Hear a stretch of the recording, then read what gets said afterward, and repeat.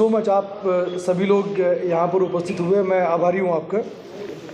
शुरू में ब्रीफली मैं कुछ स्टेटमेंट करूँगा, उसके बाद आपको जो पूछना है आप पूछ सकते हैं। वैसे डीसीपी मध्य मैडम ने आपको जो राइटअप है वो तो दे ही दिया है, जिसमें अलग अलग जो उपलब्धियों के बारे में है। मैं उसके बारे में बहुत चर्चा करना नहीं चाहूँगा। ऑलमोस्ट 5 महीने पहले हम लोग यहाँ मिले थे जब मैंने ज्वाइन किया था, और ये बेसिकली पूरे वर्ष का एक लुकिंग बैक जिसको कहते हैं वो हम करेंगे। सबसे पहले तो जो क्रिसमस बीता है और जो नया वर्ष आने वाला है उसकी आप सभी को शुभकामनाएं। और पिछले दिनों में आपने लखनऊ पुलिस का अलग अलग फेस्टिवल्स में जो अलग अलग आयोजन हुए उसमें कार्य देखा, जैसे विधानसभा के सत्र हुए, विभिन्न आयोजन हुए क्रिकेट मैच की तरह। मैं बहुत ज़्यादा उपलब्धियों के बारे में इस समय इसलिए नहीं कहना चाह रहा हूँ क्योंकि जो हमने कार्य किए हैं वो आपके समक्ष है, लेकिन जो कमियां हैं और जहाँ जहाँ सुधार होने की आवश्यकता है उसके बारे में मैं आपसे बात करना चाहूँगा। जिन घटनाओं का अनावरण नहीं हुआ है उनके बारे में भी मैं आपके समक्ष उसके रखना चाहूँगा, और जहाँ हम काम कर रहे हैं। अगर हम हत्या की बात करें, हत्या की घटनाओं की, तो प्रमुख रूप से 5 घटनाएं जो है जिनमें अभी तक कार्रवाई नहीं हुई है, वर्कआउट नहीं हुई है, उनमें हम अनावरण का और उसकी विवेचना पूरी करने का प्रयास कर रहे हैं। ठाकुरगंज में अप्रैल महीने में एक अज्ञात महिला की लाश मिली थी, अभी उसकी पहचान नहीं हो सकी है, हम पूरी कोशिश कर रहे हैं। इंदिरा नगर में इसी प्रकार जून के महीने में एक महिला की लाश मिली थी जिसमें उनका सर नहीं था।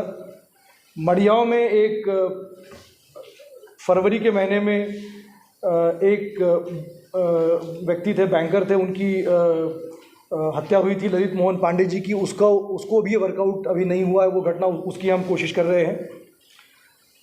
सरोजनी नगर में जून के महीने में राजेंद्र कुमार शर्मा जो थे उनकी हत्या हुई थी, वो भी अभी वर्कआउट नहीं हुआ है, उसकी हम कोशिश कर रहे हैं, प्रयास कर रहे हैं।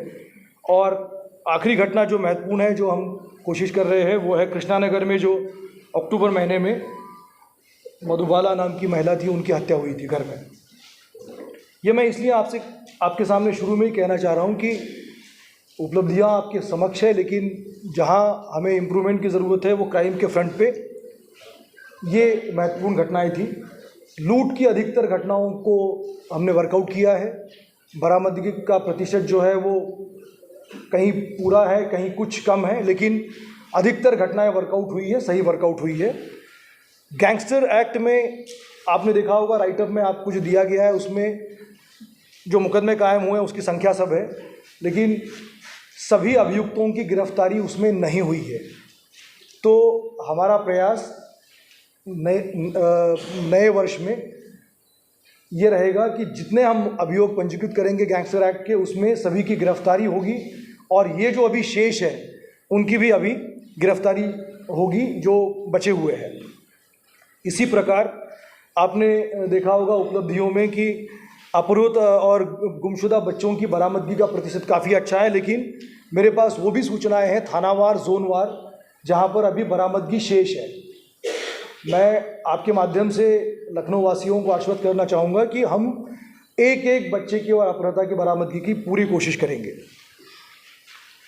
7 हमने इनामी अपराधी पकड़े हैं, उसमें से कई अपराधी ऐसे थे जो 20-20 साल से फरार थे, अलग अलग राज्यों में थे, लेकिन अभी भी 43 अपराधी ऐसे हैं इनामी जो अभी गिरफ्तार नहीं हुए हैं। और ये मैं स्पेसिफिकली आपको बताना चाहूँगा कि इसके लिए हम अलग से टीम बना के प्रयास कर रहे हैं कि ये जो पुराने इनामी अपराधी हैं उनकी गिरफ्तारी हम कर सकें। ये हमारे लिए नए वर्ष का टारगेट रहेगा। लेकिन सबसे महत्वपूर्ण बात जो है कि जो सरकार ने जिस मंशा के साथ कमिश्नरी प्रणाली को लागू किया था, उसमें हमें और भी प्रयास करने की ज़रूरत है, जो पिछले 5 महीने में और अगले उसके पीछे ऑलमोस्ट 2.5 साल में हुए थे। सबसे महत्वपूर्ण बात है कि जो अधिकारियों का इंटरवेंशन, जिसको मैं कहता हूं कि अधिकारियों की दखल जो है वो हर उस मामले में होनी चाहिए जो जनता से जुड़ी हुई है, चाहे वो जनता की समस्या का निस्तारण हो, चाहे वो क्राइम जो लोगों को अफेक्ट करता है उसके बारे में हो, ट्रैफिक जो सबसे इम्पोर्टेंट इशू है जो सभी को अफेक्ट करता है, और त्यौहार और लॉ एंड ऑर्डर इश्यूज़ में। और हमने ये कोशिश की है पिछले कुछ महीनों में कि हर महत्वपूर्ण प्रकरण में किसी न किसी सक्षम स्तर का अधिकारी वहाँ पर पहुँचे, और सरकार की मंशा भी यही थी कमिश्नरी प्रणाली लागू करने में कि अधिकारी इतने अधिक संख्या में अगर हमारे पास है तो उनका इंटरवेंशन होना चाहिए ताकि एक अधिकारी लेवल की पुलिसिंग जनता तक पहुंच सके। इसी परिप्रेक्ष्य में जो अधिकारियों का कोर्ट में बैठना और जनता की समस्याओं को प्रतिदिन सुनना, ये हमने इंश्योर किया है और इसको हम निरंतर रूप से करते रहेंगे। अभियोगों के पंजीकरण में जो हीला हवाली के प्रकरण आपने देखा होगा कि सामने आए थे, हमने उसमें संबंधित लोगों के विरुद्ध कार्रवाई की है। कुछ लोगों को सस्पेंड किया है, कुछ लोगों को पुलिस लाइन में भेजा है, उनके खिलाफ जांच हो रही है और आगे भी वो होती रहेगी ताकि तत्काल अभियोगों का पंजीकरण हो सके।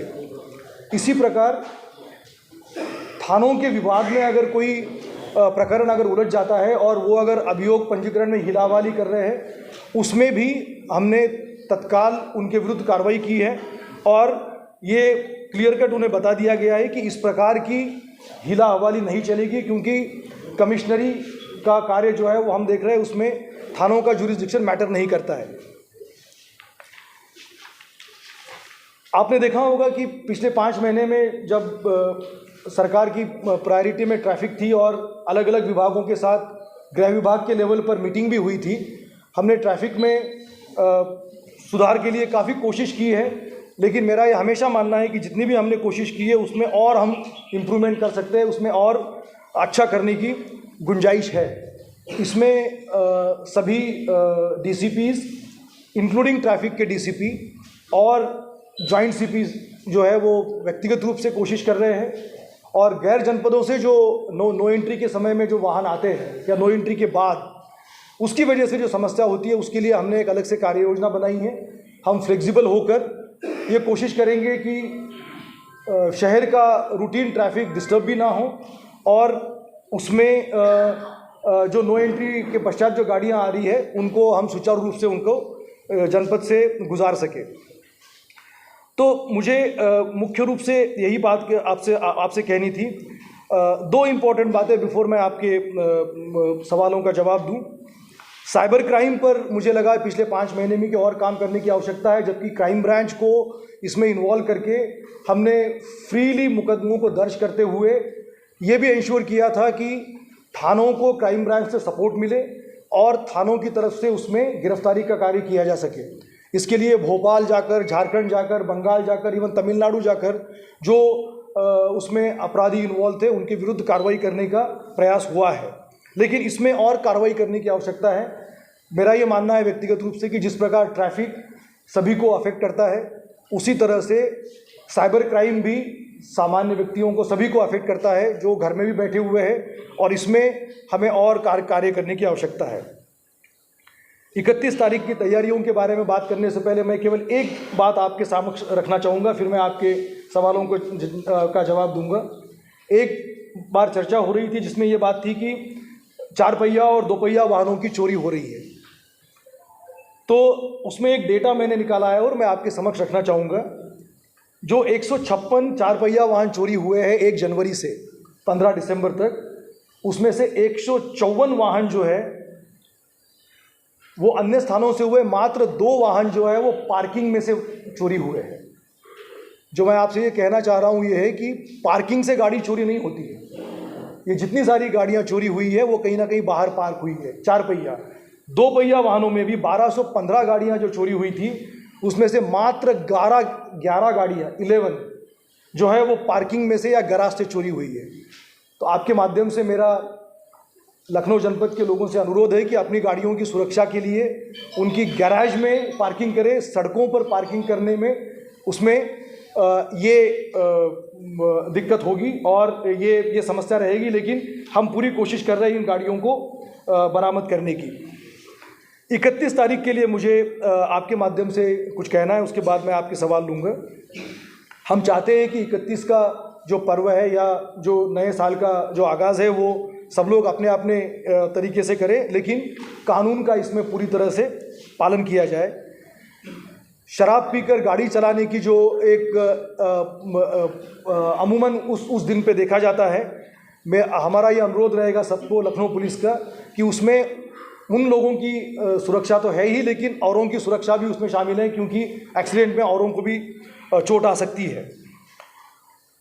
खुले में शराब पीने के बारे में आपने देखा होगा कि पिछले कई महीनों में हमने जो खुले में शराब पी रहे उनके विरुद्ध कार्रवाई की थी। मेरा इस पर्व के लिए भी अनुरोध रहेगा कि कोई भी खुले में शराब ना पिए, उसकी वजह से उनको दिक्कत हो सकती है, पुलिस उनके विरुद्ध कार्रवाई करेगी।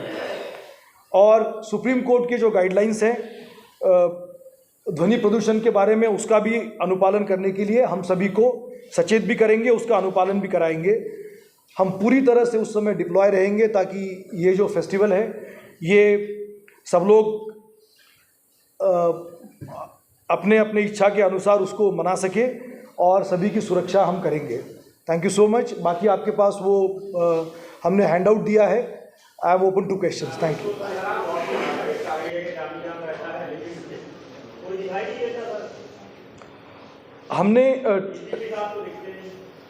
हमने ट्रैफिक के लिए देखिए कोशिश हम पूरी कर रहे हैं कि ट्रैफिक, मैंने शुरू में आपसे कहा था कि ट्रैफिक जो है वो केवल ट्रैफिक पुलिस की नहीं है, पूरे लखनऊ पुलिस की जिम्मेदारी मानकर हम जॉइंट डिप्लॉयमेंट हमने सब जगह शुरू किया है। अगर ऐसा कहीं है तो जॉइंट सीपी के लेवल पर और मेरे लेवल पर भी ये बहुत रेगुलरली हो रहा है। अभी कुछ दिनों पहले ही एक सीनियर ऑफिसर ने हमें एक फीडबैक दिया था कि आगरा एक्सप्रेसवे से आते समय जो है वो वहाँ बहुत जाम था। हमने अपना डिप्लॉयमेंट फ्लेक्सिबल शुरू किया है और जहाँ पर दिक्कत नहीं है वो हम ट्रकों को जनपद के बाहर निकालने की कोशिश भी कर रहे हैं। अधिक से अधिक समय यानी करीब 11 बजे तक सभी जगहों पर ट्रैफिक ड्यूटी के लिए लोग मौजूद रहे, इसकी हम कोशिश कर रहे हैं। मैंने आपसे कहा हम इम्प्रूव करने की कोशिश कर रहे हैं और भी हम प्रयास करेंगे और इम्प्रूव करने की कोशिश करेंगे। एक और चीज़, साइबर क्राइम के बारे में आपने कहा, कहीं पर भी अभियोग पंजीकृत करने में अगर दिक्कत हो तो वो जब भी मेरे संज्ञान में आता है उसमें अभियोग पंजीकृत तो हो ही रहा है, संबंधित के विरुद्ध कार्रवाई भी हो रही है जो आगे भी होगी। तो मुकदमा पंजीकरण कराने में कोई दिक्कत नहीं है। हम पूरी कोशिश करेंगे कि इस तरह की समस्या ना आए।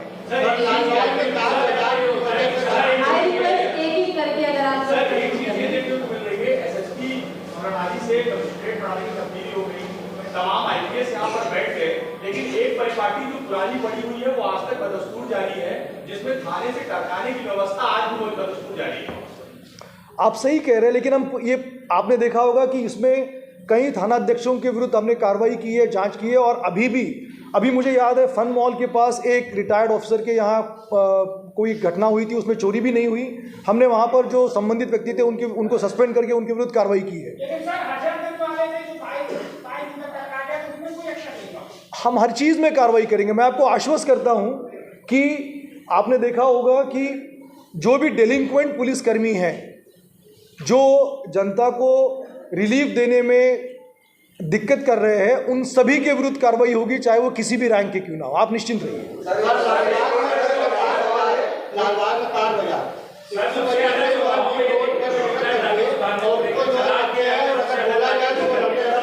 एक एक कर और ये नगर निगम में जो राजा मार्केट में जाता है उस रोड पर भी एक समस्या बनी हुई है। दूसरा पर ये जो अवैध टैक्सी ट्रेन हलवासी आता है और वो लोग पूरा इंतजाम करते हैं और अगर आप बोले तो उनसे लड़ने के लिए वो भी तैयार रहते हैं, तो इस पर सब काफी नहीं रहेंगे। देखिए क्षेत्रवार, देखिए डीसीपीज जो है वो अपने अपने क्षेत्र में, आपने देखा होगा कि जो बहुत सारे व्यवसायी जो है वो अपना सारा के सारा सामान बाहर रख के काम कर रहे थे, जिसमें कार बेचने वाली भी थे और कारों की मरम्मत करने वाले भी थे।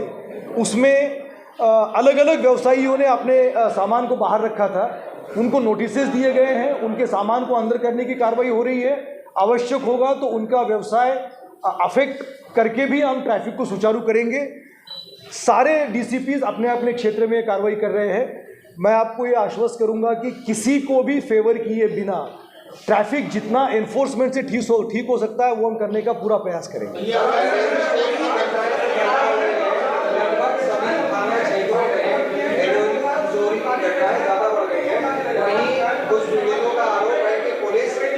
चोरी होती है उसी को सबसे ज्यादा एडवोकेट करती है, उसी के साथ बात करती है कि आपकी के पास चोरी होगी, जबकि मुद्रित तंत्र इसमें काम कर सकता है। लेकिन अभी तक इस तरीके की चोरी की घटनाओं का ज्यादा खुलासा नहीं हो पा रहा है। घरेलू चोरी की बात क्या कहें?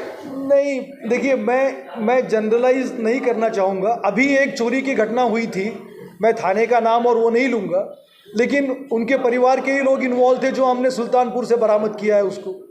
तो देखिए, पुलिस जब विवेचना करती है तो उनको जो संदिग्ध लगते हैं उनके अनुसार कार्रवाई होती है। कभी वो घर के अंदर हो सकते हैं, बाहर के हो सकते हैं। लेकिन आपकी ये बात सही है कि ठंड का मौसम आ रहा है और समर के टाइम में या धूप के समय में जो एक क्राइम होता है वो एक अलग होता है, गर्मी के सीज़न में विंटर क्राइम अलग है। पुलिस को इसका एहसास है। सीनियर ऑफिसर्स इसके बारे में ऑलरेडी उन्होंने सोचा है। अपनी गश्त और पेट्रोलिंग को ठीक करने के लिए और विंटर क्राइम जिसको कहते हैं उसको कंट्रोल करने के लिए जो पुलिसिंग में जो चेंजेस होने हैं वो कर रहे हैं, कोशिश हो रही है और हम और भी कोशिश करेंगे।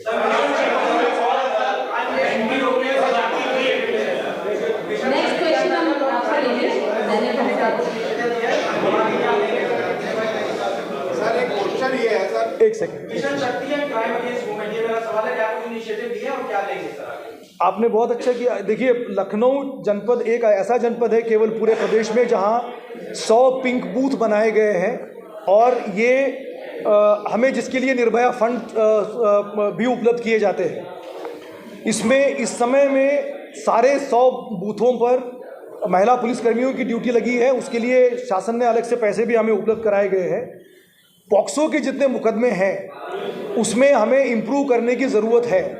जो हमने अपना इंटरनल रिव्यू किया है उसमें जिस प्रकार की तत्परता से कार्रवाई होने की आवश्यकता थी वो नहीं थी और इसीलिए हमने एसीपी से लेकर सभी को निर्देश दिए हैं। हर महीने इसमें मुख्य सचिव महोदय के स्तर से इसका अनुश्रवण किया जाता है। मैं ये ज़रूर कहूँगा कि लखनऊ की स्थिति उसमें बहुत अच्छी नहीं थी जिसको हमने पिछले 1 महीने में इम्प्रूव किया है, लेकिन और भी इम्प्रूव करने का स्कोप है जो हम करेंगे। और पिंक बूथ पे जो हमारी महिला कर्मी लगी है, आपने देखा होगा कि 12 वफात से लेकर नवरात्रि से लेकर मुहर्रम के दौरान और ये जितने सारे मेले और जुलूस थे इसमें उनकी भूमिका बहुत अच्छी रही है। और इस दौरान इवन जो खोए हुए बच्चों को ढूंढने में और उनको उनके पेरेंट्स को सुपुर्द करने में भी उनकी अच्छी भूमिका रही है। ये एक ऐसा निरंतर प्रयास जो है जारी रहेगा। इसमें हम और एक कोशिश करेंगे कि क्या रात में हम उन बूथों पे पुरुष कर्मियों की ड्यूटी लगा सकते हैं क्या, पेट्रोलिंग के लिए, चेकिंग करने के लिए, या फिर एक पिकेट के रूप में, इसके बारे में भी हम सोच रहे हैं। लेकिन इस सबसे कड़ी से कड़ी उसमें कार्रवाई होगी। पुलिस किसी भी प्रकरण में स्वतः होकर उसमें इन्वॉल्व नहीं होगी जब तक पुलिस की मदद कोई नहीं मांगेंगे या कोर्ट का उसमें आदेश नहीं होगा कि पुलिस को क्या इस पर क्या कार्रवाई करनी चाहिए।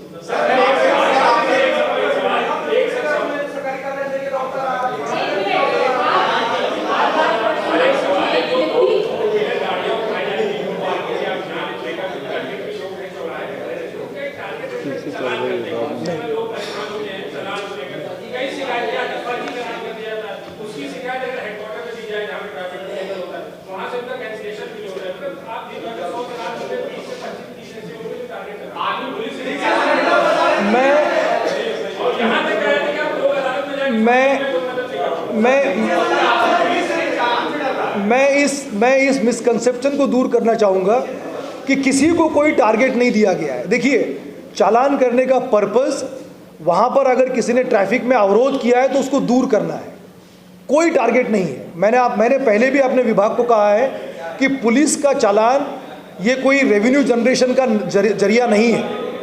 तो ये आप मिसकंसेप्शन मन से निकाल दीजिएगा। ये बिल्कुल सही नहीं है। ये अगर किसी ने आपसे कहा है तो वो उनका भी मिसकंसेप्शन है। मैं आपके माध्यम से सभी को कहना चाहूँगा कि चालान का कोई टारगेट नहीं है। अगर ट्रैफिक सुचारू चल रहा है या किसी ने अगर रोड पे अवरोध नहीं किया है, नो पार्किंग में किसी ने गाड़ी अगर नहीं लगाई है, तो किसी का चालान करने की ज़रूरत नहीं है।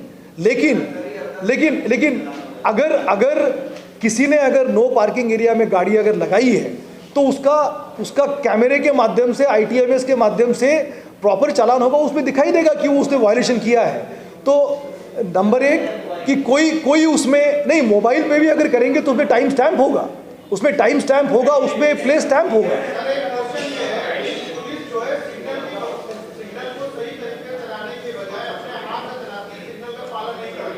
इसमें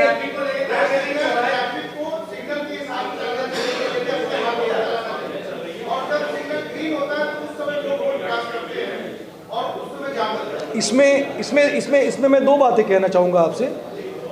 हमने पिछले 5 महीनों में बहुत सारे इंपॉर्टेंट महत्वपूर्ण चौराहों पे ये एनालिसिस किया था। मैं चौराहों के नाम अगर लेना है तो 1090 लीजिएगा। हमने ये देखा कि कुछ चौराहों पर सिग्नल की बजाय ब्लिंकिंग लाइट से अगर आप ट्रैफिक चलाएंगे तो वो सुचारू रूप से चलेगा।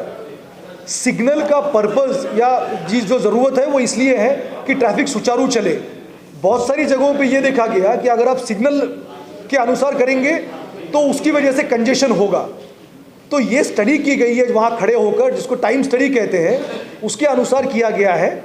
और कुछ जगहों पे ब्लिंकिंग लाइट्स के अनुसार कर रहे हैं, कुछ जगहों पे सिग्नल को एनफोर्स कर रहे हैं, कुछ जगहों पे सिग्नल का जो टाइम है उसको बढ़ाया गया, कुछ जगहों पे उसको कम किया गया, वहाँ पर खड़े होकर उसका अध्ययन किया गया है। लेकिन आपने जो बात कही वो बिल्कुल सही है कि रेड होने के बाद भी या रेड होने के पहले जो एक आंबर जो लाइट होता है, येलो होता है, उसमें भी लोग जो है वो तेज़ी से आने की कोशिश करते हैं। हमें थोड़ा सा नियम का पालन अपने लिए भी करना चाहिए। जो मैंने आपसे ये कहा था कि अगर हम अपने गाड़ियों की पार्किंग ठीक नहीं करेंगे, अगर हम ट्रैफिक का पालन नहीं करेंगे, तो पुलिस के एनफोर्समेंट की एक लिमिट है। लेकिन ये कहना सही नहीं है, क्योंकि ये अध्ययन करके किया गया है कि कब ट्रैफिक को सिग्नल के अनुसार चलाया जाए या कब ब्लिंकिंग लाइट से चलाया जाए। पुलिस अपना गुरुवर दिखा रही है कि 18,482 मामले महिला हेल्पलेस के हुए हैं, जिसमें 13,582 मामला पे निस्तारण किया गया है, अनावरण किया गया है।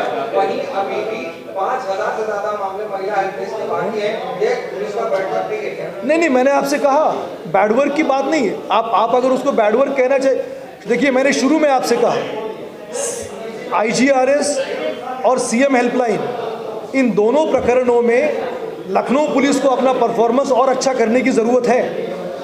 हमने आपसे कहा है, अभी भी हमें उसमें इम्प्रूव करना है। जिस प्रकार की अपेक्षाएं लखनऊ पुलिस से हैं उतना हमने अच्छा नहीं किया है, और यह हमारी कोशिश रहेगी कि IGRS और CM हेल्पलाइन में हमारे कोई भी प्रकरण डिफ़ॉल्टर में ना जाए। हमारे किसी भी प्रकरण में जो फीडबैक आए वो संतोषजनक हो, ताकि जो हमने रिपोर्ट भेजी है वो तायद की जाए, और इसमें हमें इम्प्रूव करना है। ये मैंने आपको शुरू में ही कहा था कि जो चीज़ें हमें नए वर्ष में इम्प्रूव करनी है, उसमें क्राइम कंट्रोल के अलावा पब्लिक ग्रीवांसेस को, उसकी गुणवत्ता हमें बढ़ानी है, और उसको जिस प्रकार की सरकार की अपेक्षाएं हैं IGRS और CM हेल्पलाइन के संदर्भित प्रकरणों की, उसमें हमें और बढ़ाना है। ये हमारा एक मुख्य कार्य है।